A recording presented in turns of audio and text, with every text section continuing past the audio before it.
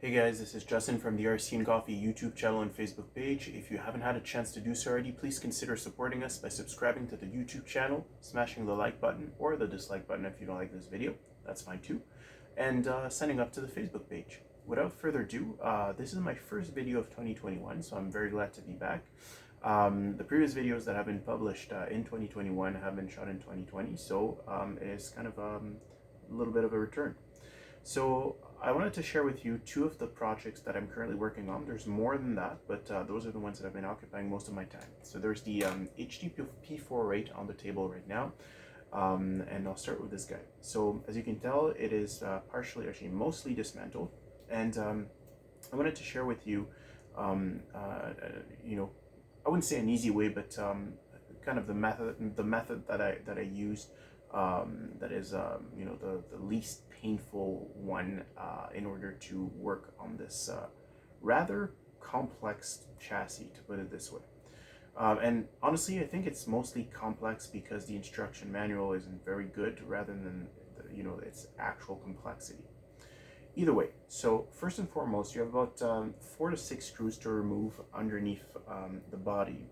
One of them is hidden, and that's the screw that connects right here to this guy there. So this is partially hidden with the exhaust system and the chassis rails, so you just want to pay attention to that, and once you do, you'll be able to remove the body. However, once that body is removed, there's very little wiggle room to move the body away from the chassis and essentially to work on the chassis. That is because there are so many cables. So what you want to do is simply to disconnect, or remove rather, the wires from their brackets. As you can see, there's a bunch of brackets there that hold the wires in place. You want to remove the wires to be able to shuffle the wires wherever you need to shuffle them, simply to be able to move the body out of the way. Now, I haven't disconnected the electronics. It's really messy in there. It's a very, very tight fit. And honestly, if I had to do it again, I would probably buy the standard version without the sound kit and the light kit, and I would probably install it myself. Now that's the first, because I really dislike doing that, but it's so messy, and also it's so complex that I'm not quite sure how I'd be able to replace the stick transmitter that comes with that rig with a regular one with a little wheel. So if I had to do it again, I'd buy the cheaper version. It would probably end up costing slightly more, but at the end of the day, I think it would be a more enjoyable experience. Either way, without disconnecting anything, what you can do to free up some space, you can simply detach the electronics. They're taped on there with double-sided tape, so that's fairly easy. You just move them together and the whole thing goes, with one exception, and that is the sound kit, which oddly enough is bolted in into these two elements. Not quite sure how to call that. Now, once you do that, in order for you, so actually before I continue, the entire goal of this exercise is to change the motor, change the ESC, and to change the servo, the steering servo, to be more specific. So in order to remove the transmission, which obviously you have to do in order to change the motor, there's a bracket in there, and there's a bunch of attachment points that basically hold the exhaust system and the transmission in place. You want to remove the bracket, and you want to remove to disconnect the attachment points. You see there's one here, and there's some underneath as well that basically connect to a bunch of brackets and that hold the whole assembly in place.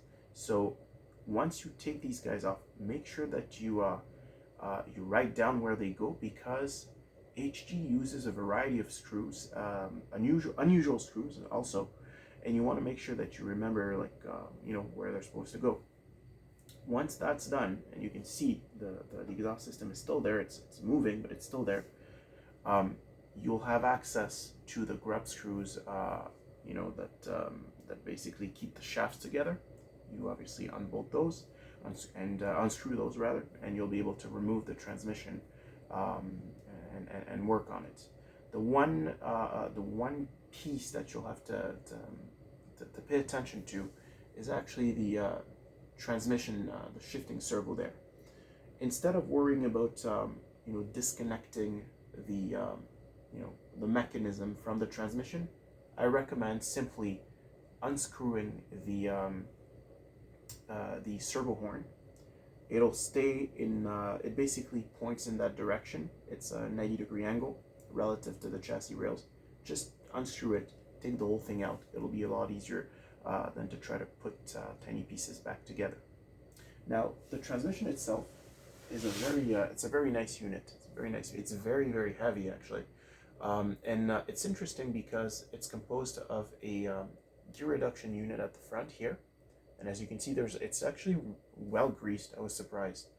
And then you have your 2-speed transmission at the back, and with the little steering servo there, and the connector that I was referring to earlier. Now, I opened it up to grease it some more, simply because, but realistically, it really didn't have to.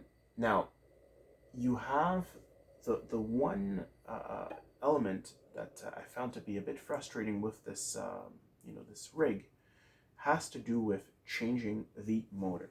Now, what I'm about to tell you is 100% or rather the credits must go to That's My RC. This is not my idea. It is his, and he actually instructed me to proceed according to what I'm going to be sharing with you. So again, thank you very much. That's My RC for your fantastic tips and tricks. This one really, fixed a lot of frustration that I was starting to have with this rig. So the rig comes with this HGP48 comes with a 550 motor. I'm not sure what the number of turn is. The 550 15T motor from Holmes Hobby that I purchased to replace the stock one has a thicker shaft. So what That's My RC suggested was to put the motor in a bag, as you can see, get the shaft to protrude out, and to simply grind the shaft in order to have the same thickness, if you want, or width as the stock motor there. And what the bag does, it simply prevents the aluminum from being sucked into the motor magnets and basically destroying your motor. So that was a fantastic idea. Worked beautifully, and as you can see, I've got the stock pinion back on. So I'm about to put it back on the transmission, and hopefully everything will work together. Besides that, my aim is to change the ESC for a Hobbywing 1080 to have proper drag brake, especially with the weight of that rig. I think it is totally warranted. And I'm going to be changing the steering servo for 20 to 25 kilograms, simply because there's a lot of weight on the nose of this truck. I want to make sure that it can handle it. So it's not exactly an enjoyable project, to be perfectly honest. The HG projects are right now, for the time being, they're not great kits. They're not designed for that.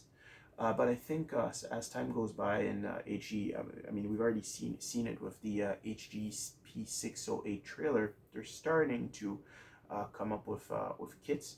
They'll learn, and hopefully the manual will become as good as what we've seen on the BRX01, or obviously the whole Cross RC iteration. Speaking of which, the second project that I'm working on is the Cross RC GC4. Now this happens to be the first Cross RC truck that I've ever purchased. It's the one that made me fall in love with the brand. So about a year and a half ago, a gentleman called Johnny Burton, so I'll put the name in the description below. He makes really, really nice videos, not just Cross RC, but mostly, and he's really the guy for the Cross RC brand.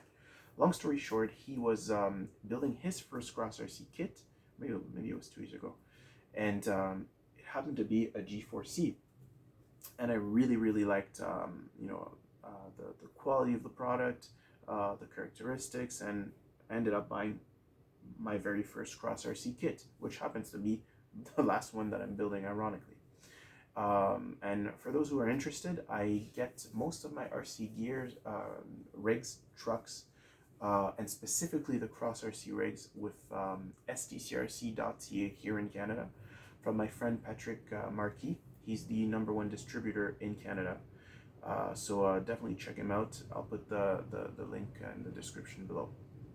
So very, very enjoyable build. As expected, the quality is there. Now, a couple things to keep in mind, and that kind of took me by surprise. When I was watching Johnny's video, the box came with a second bag of gears, metal gears. That was not the case for mine. So I had this transmission, which was already pre-built, but it does have some plastic gears. Nonetheless, I rebuilt it, shimmed it. For those who don't know, you really need to shim your Cross RC transmission, and once you do, they're very, very good. Not too tight, not too loose, just right, essentially. Unfortunately, Cross RC is not very good at explaining how you should be shimming it, but anyways, you'll figure it out. If it's too tight, it's too tight. If it's too loose, it's too loose. And of course, I greased it. It did not come with, well, it came with very, very little grease, but then again, that's typical from Cross RC. So it's a very super heavy unit. It actually, I mean, I could technically weigh these guys, but it's definitely, with the motor on, I believe the Cross RC transmission is heavier even than the HG408, which is really indicative of the weight. And it comes with a 45 turn motor, which is good. So again, typical Cross RC. I mean, you have quality from the get-go. 45 turn motor, plenty of torque. The wheels, as usual, great bead locks, fantastic compound, and fantastic foam. That's typical from Cross RC. They know how to do wheels properly. Interestingly, I found a lot of many complaints online about people finding difficult to put these wheels together. Mine were already pre-built or put together, if I can put it this way, with the exception of my spare wheel, which was very, very easy to put together. So I'm not sure what's going on there, but I did not have such issue. One thing that I would have liked to have a bit more clarity on has to do with the axle. Not the axle, sorry, the shocks. So the rod ends here. It was unclear which rod ends we were supposed to use. There's a whole bunch in the kit. Some are supposed to go with shocks. I'm guessing Benhart, but they were not able to, they couldn't tell us which rod end to use. So I kind of figured it out, so it would have been nice to know. But I mean, the axle is beautiful. I really like the fact that they actually used plastic underneath the metal leaf, simply because it drives in a more realistic fashion. The quality of the axle is fantastic. There was absolutely no oil, no grease in there. So, but again, typical Cross RC, put plenty of grease in there. Now it's super smooth, no problem whatsoever. So overall, very enjoyable kit to put together. I'm very, very excited, and it's interesting because I'm building a kit that I'm really enjoying, and I'm fixing one that I'm not enjoying so much, but I'm really looking forward to the end product. So it's I think it's the right combination of it's completely two ends of the spectrum here. To satisfy me as a hobbyist right now. So that's it for now. Those are the two rigs that I've been working on. If you have any questions, please don't hesitate in the comments below. Happy to be back. Happy New Year to all of you. I know it's a bit late now, but it's never too late to send best wishes to everyone and their families and their loved ones. And I hope that everyone stays healthy and safe during the COVID season. Take care.